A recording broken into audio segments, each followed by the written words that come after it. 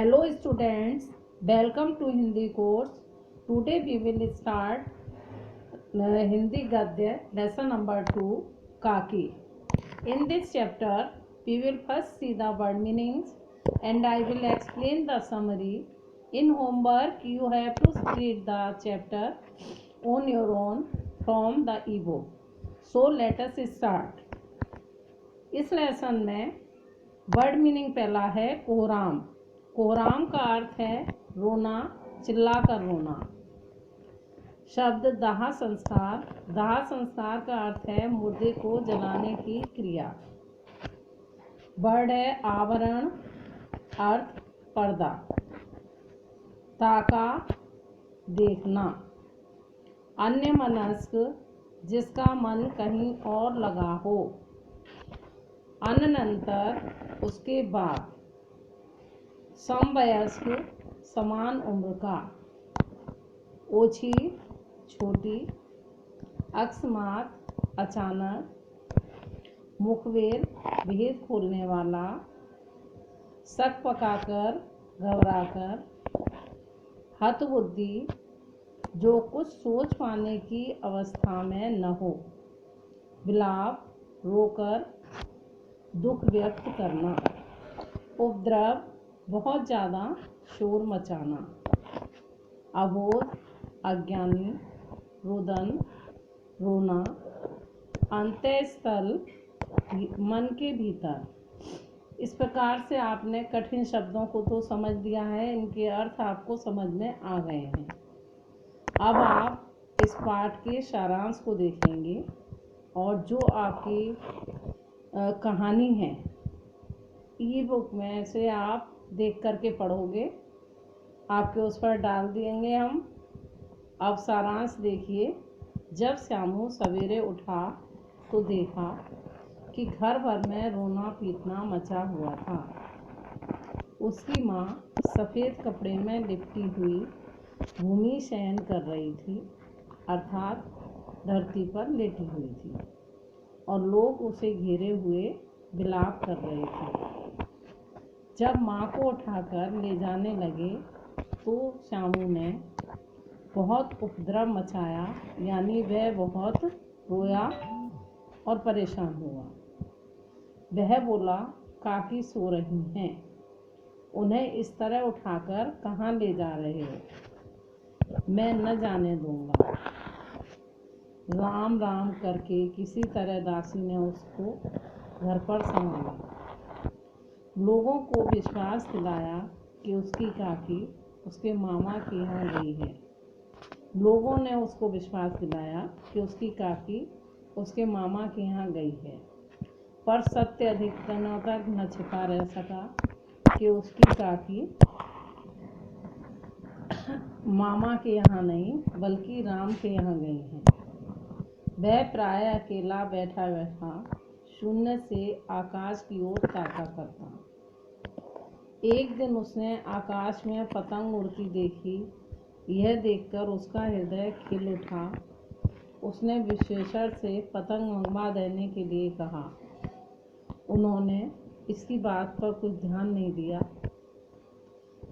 इसने विश्वेश्वर के टंगे हुए कोट में से एक चवन्नी निकाल ली और सुखिया दासी के लड़के भोला से उसने एक पतंग मंगवा ली। एक अंधेरे घर में पतंग में डोर बांधी जाने लगी। श्यामू ने भोला को मना कर दिया कि वह किसी से कुछ न कहे। श्यामू ने कहा, मैं यह पतंग ऊपर राम के यहाँ भेजूँगा। इसे पकड़कर काकी नीचे उतरेंगे। मैं लिखना नहीं जानता तो इस पर उनका नाम लिख देता। भोला श्यामू से अधिक समझदार था। उसने कहा कि डोरी पतली है, इससे टूट जाने का डर है। मोटी रस्सी होनी चाहिए, तभी काकी नीचे आ सकेंगी। श्यामू को ये बात समझ में आ गई। दूसरे दिन श्यामू ने पिताजी के कोट से 1 रुपया निकाल दिया और मोटी रस्सी मंगवा दी। दोनों अंधेरी कोठरी में रस्सी बांध रहे थे।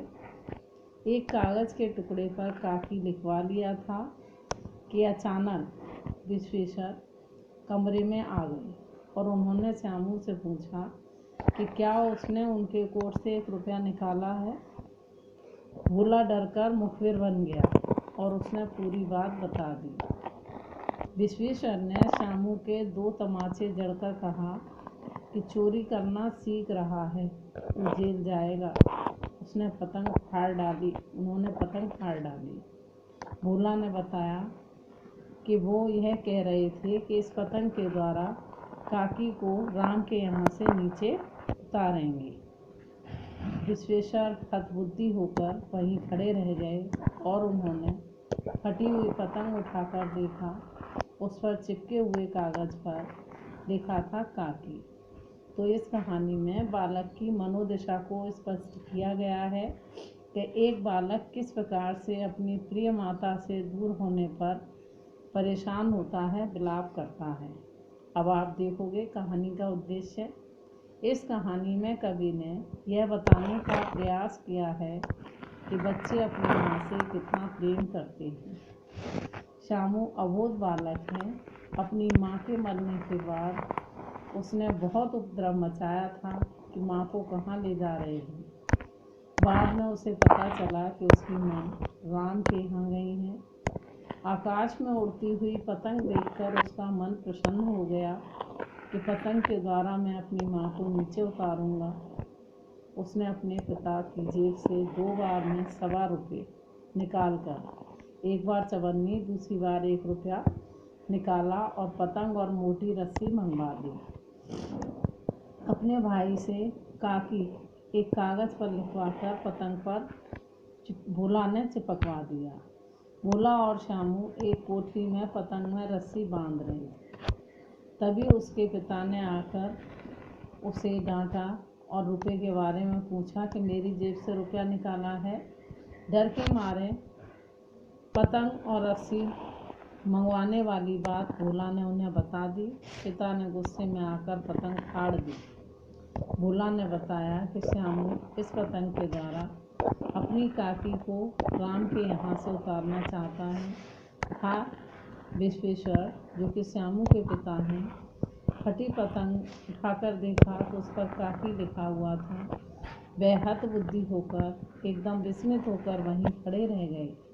उन्होंने सोचा कि मैंने अपने पुत्र को मारा, जो कि एक अनजान और निर्दोष है, और वह अपनी माँ से कितना प्यार करता है। शीर्षक की सार्थकता। इस कहानी का शीर्षक काकी कहानी के अनुरूप ही रखा गया है, क्योंकि पूरी कहानी श्यामू की माँ अर्थात काकी के इर्द गिर्द घूमती है। श्यामू, जो इस कहानी का मुख्य पात्र है, वह माँ को बहुत प्यार करता है और उसे काकी कहता है। इस प्रकार उसकी माँ कहानी काकी का शीर्षक लेकर आगे बढ़ी है। काकी की मृत्यु पर श्यामू ने कोहराम मचाया कि मेरी काकी को कहाँ ले जा रहे हो। जैसे तैसे उसे शांत किया। कुछ दिनों बाद उसे ज्ञात हुआ कि उसकी माँ काकी राम के यहाँ गई है। अपनी बाल बुद्धि के अनुसार उसने एक योजना बनाई कि अपनी काकी को पतंग के द्वारा राम के यहाँ से नीचे उतारेंगे। यह उसके मातृ प्रेम की पराकाष्ठा है।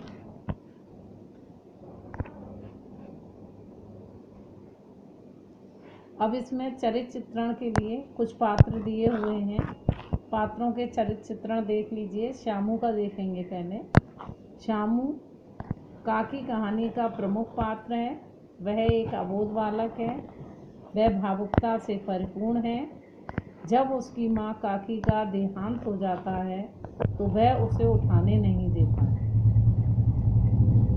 कहता है कि काकी सो रही हैं, उसे कहाँ उठाकर ले जा रहे हो। सभी लोगों ने उसका उपद्रव शांत कराया और उससे कहा कि उसकी काकी मामा के यहाँ गई हैं।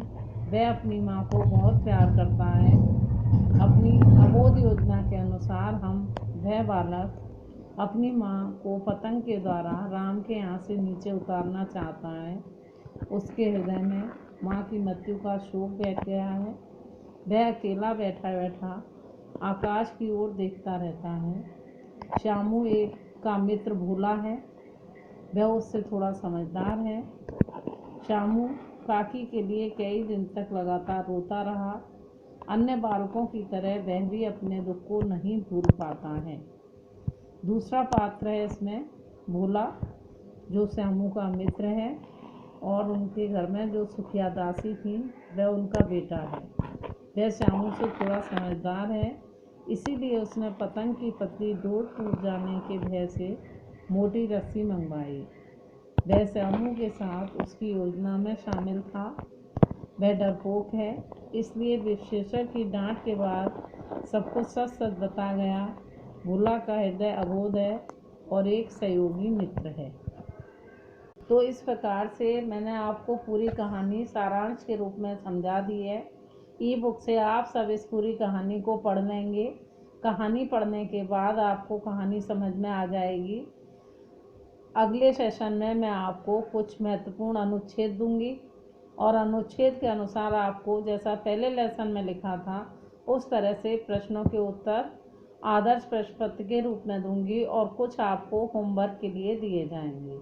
तो आज तक के लिए इतना ही काफ़ी है। आगे मैं कल आपको फिर भेजूंगी, फिर बताऊंगी वो काम आप कल करेंगे। धन्यवाद।